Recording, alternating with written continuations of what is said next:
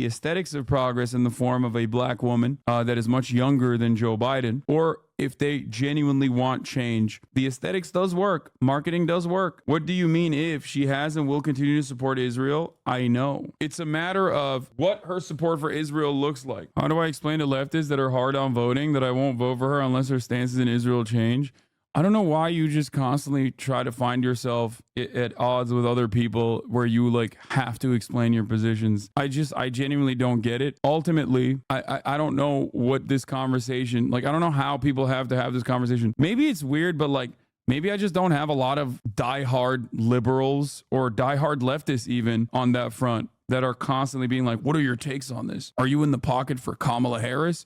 Are you going to vote for her? Like, I find that to be concerning. I've never been a person who thinks like you have to vote for the Democratic Party. I understand the harm reduction arguments, especially in prior years. But in terms of like harm reduction arguments, it's like the candidate has to win your vote. They have to earn your vote. That is democracy.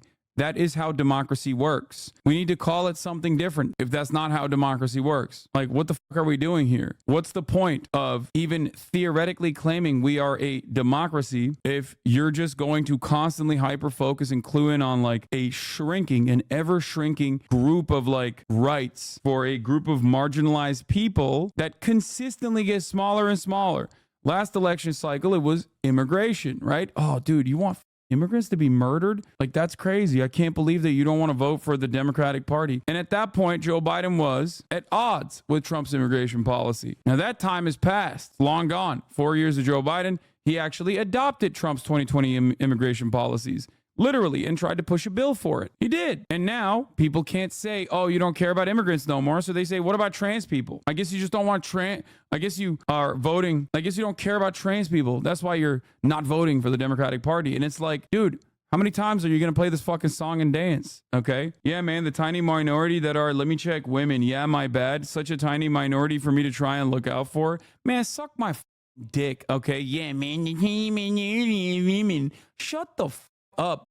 You're literally doing this dumb shit right now as I'm in the process of talking about this.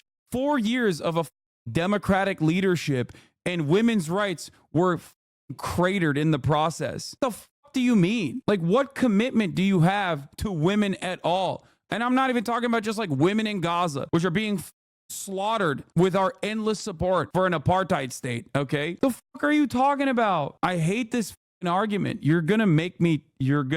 don't want to blast a lot of like young people who are, or even old people who are firmly committed to the Democratic Party right now, but you are begging for it if you come in here with this energy. Okay. Like the idea that like this community or myself don't care about women's rights. The fuck have you done, dumb? We've raised hundreds of thousands of dollars for specific groups in red states that work with women, underprivileged women that desperately need medical procedures such as abortion. And you're in here being like, then that happened under a Democratic leadership, by the way. God damn. I'm not out here saying vote for the Republicans. I would never say that. That's dumb as I'm simply saying that the Democratic Party's posture changes year over year, and the ratchet effect is very real, and it's directly a consequence of this two-party duopoly where one party consistently capitulates to the right-wing framing on issues, and the other party keeps pushing the needle further and further right, regressing people's individual liberties. And you're left with a smaller margin of issues that you can say is different than the Republicans. Well, tough for you because I live in Wisconsin, so should I just not vote for Kamala? Did I say that? I said vote for whoever the fuck you want, as long as it's not Donald Trump, okay? Suck my dick. You can hate it, but if you want to try and tell me there's zero consequences for women if Donald Trump gets elected, yeah, nice one. You're arguing with someone, like you're shadow boxing with someone. You're not arguing against my positions. If you want to vote for Kamala Harris, go vote. Vote illegally, okay? Vote 10 times, 20 times if you want to. I don't give a shit. Like, what are you talking about? You just want an argument to feel good. You want someone to tell you you're a good boy or a good girl or a good MB for going out and doing your civic duty. That's what you want. You want to feel good about your vote. And I'm not going to sit here and lie to you. So that pisses you off. It's the same dynamic since 2016 and far before 2016 as well. It's always the same shit. It's not your vote and your confidence in the Democratic leadership is not sufficient. It's not sufficient enough. I'm over here abiding by a very obvious democratic principle, okay, which is that your elected representatives need to earn your vote. If they simply rely on the aesthetics, or if they simply rely on harm reduction arguments, as the Democratic Party does all the fucking time, they are not going to garner enough support to actually eke out an electoral college win. This happened in 2016. This literally happened in 2016. That's not how most people vote. At the end of the day, no matter how dumb the median voter is, the average American still votes on vibes for the most part, but they also want to vote for something. The only way that you can actually get a commitment, a firm commitment to go out and vote in a country where it is literally as difficult as physically possible, like the process is completely made difficult in an effort to ensure that people don't go and vote. You're over here being like, oh no, yeah, in a country where the plurality historically doesn't vote, of eligible voters don't vote as a consequence of the electoral college and the way that it's designed. Do you think Harris will change course on immigration? No, I don't. Joe Biden had a majority in both the House and Senate for 2 whole years and didn't protect women's reproductive rights. Yeah, I mean, I'm literally a gay person of color, MB, and this lib stuff won't make people like me like this lib anymore and give them awards. I wish they would understand that. It's weird to act like this and need to push this lib narrative. At least you're yelling at him. Yeah, it's just like so weird. It's so odd. Why would you make demands for more progressive politics when an election is right around the corner and they need your votes? It would be much more civil and courteous if you voted for Harris and then asked nicely. Exactly. That is unironically the argument that some of these people make. Like, they're just hysterical too. They don't even make it like that. They make it in a hysterical way where it's like, you don't vote for Kamala Harris, if you don't offer your undying loyalty to Kamala Harris right now, that means you want women to be murdered. You want trans people to be murdered in every corner. They can't say that about immigrants though. Notice how they can't say that about immigrants any longer? Isn't that crazy? Isn't that strange? How at least in 2020 they could say that about immigrants too, but they can't say that about immigrants no more. I wonder what happened. Oh, that's right. We all went out and we voted for a dude in terms of harm reduction, and that dude turned around and was like, yo, immigrants too, but democratically. So you can judge Trump voters, but we can't judge non-voters. I mean, I judge all voters, but I certainly will judge Trump voters because Trump voters are unironically delusional. What the could have Biden done with the Supreme Court clown? Yeah, you're right. What could the president do? Then why are you voting? Hey, can you explain to me why you're voting for the president if they can't do anything about anything? Because this is also the other side of the Democratic Party defense brigade, when they always go, yeah, actually, why do you have these expectations from the president? Why do you have any expectations of the president? Okay, then why the should people vote for the president, dumb?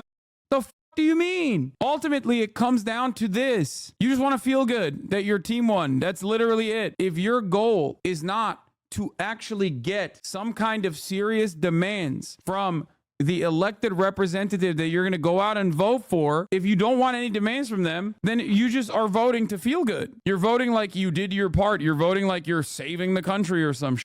It's so weird. And you're yelling at someone who doesn't give a shit. Like, yeah, I'm not going to be like, don't vote for Kamala Harris. It's insane. Okay. I don't care. Vote for Kamala till the cows come home. But don't sit here and act like you're actually doing something revolutionary, like you're doing something unimaginably progressive, when you also simultaneously turn around and go, well, what could the president do about the Supreme Court? Then why are you voting? It's set, you know?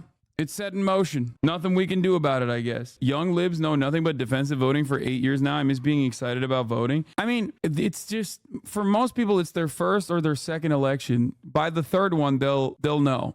Every 4 years, we have this back and forth. That's what it is. It comes from youth. It comes from the naivete that comes along with like thinking that things will change for the better. It's fine. I like that, you know. Go out, kings and queens and dempers. Okay. Crazy that a rich white dude doesn't care about who wins law. Yeah, no.